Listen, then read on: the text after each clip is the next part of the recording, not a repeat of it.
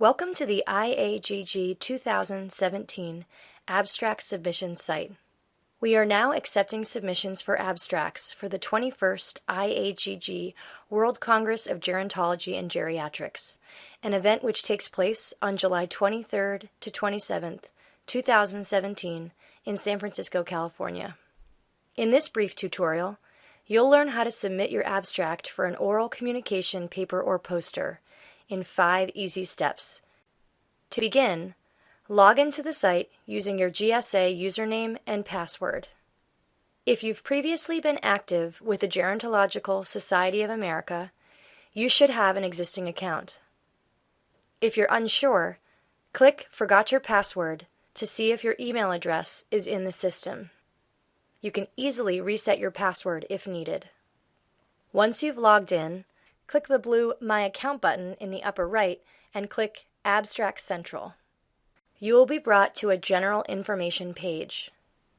Enter your professional information, choose whether you'd like to be a reviewer, and select 3 to 6 areas of expertise. Complete all required fields within the Contact Information page, then click Save Changes Next section. If you only want to sign up as a reviewer, and do not plan to submit an abstract to IAGG 2017, you do not need to fill out the disclosure step. Simply click Save Changes on the disclosure page, and you're all set. If you are going to submit an abstract, please fill in all required information on the disclosures page and click Save Changes to enter the submission system.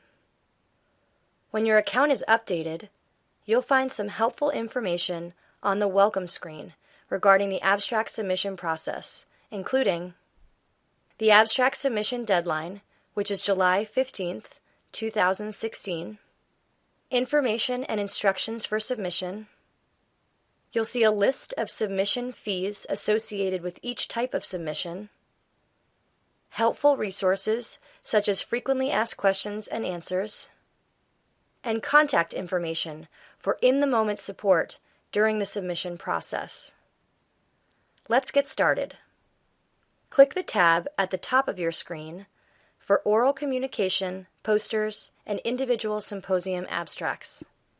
On this page, there are some notes to remind you of the fees associated with this type of submission and information about the process. You'll also find abstracts saved in draft as well as abstracts that you've already submitted. To create a new submission, click the link on the left to create a new submission. First, select your session format: oral communications paper or poster, student oral communication paper or poster, or an individual symposium abstract. Please view the Symposium Program Overview video for more information about how to submit an individual symposium abstract. Once you select your session format, click Continue. A pop-up window will notify you that submission types cannot be changed once they are selected. If needed, you can return to the previous screen to choose a different session format. Otherwise, continue with the session format you've selected. Step 2 of the process includes typing in information for your abstract's title, body, and objectives.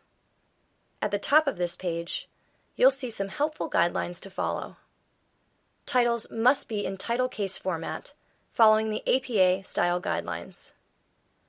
Titles are limited to 100 characters. The abstract body is limited to 250 words of text. And finally, for objectives, submitters are required to provide at least 2 specific and measurable objectives for their abstracts.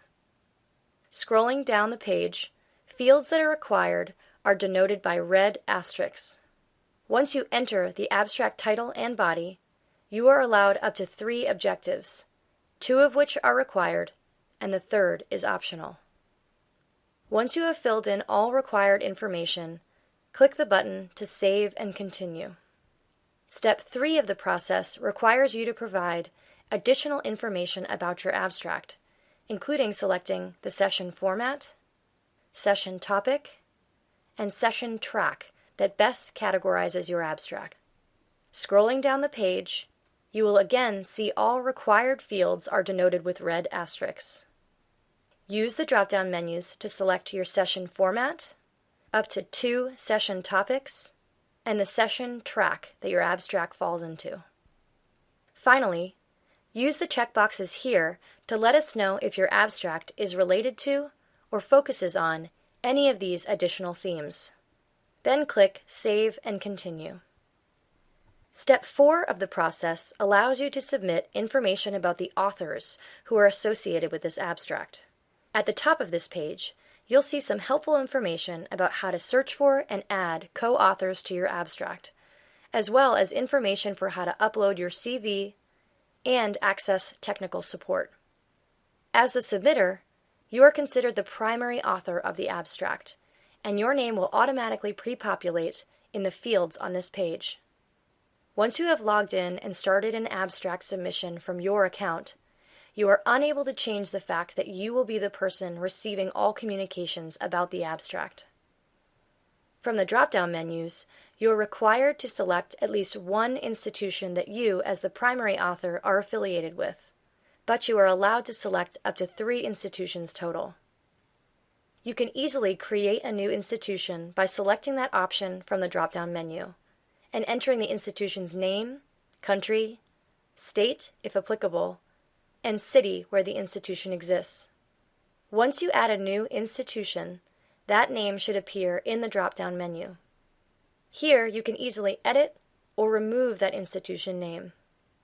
Next, be sure to enter the degree or highest level of education for the primary author.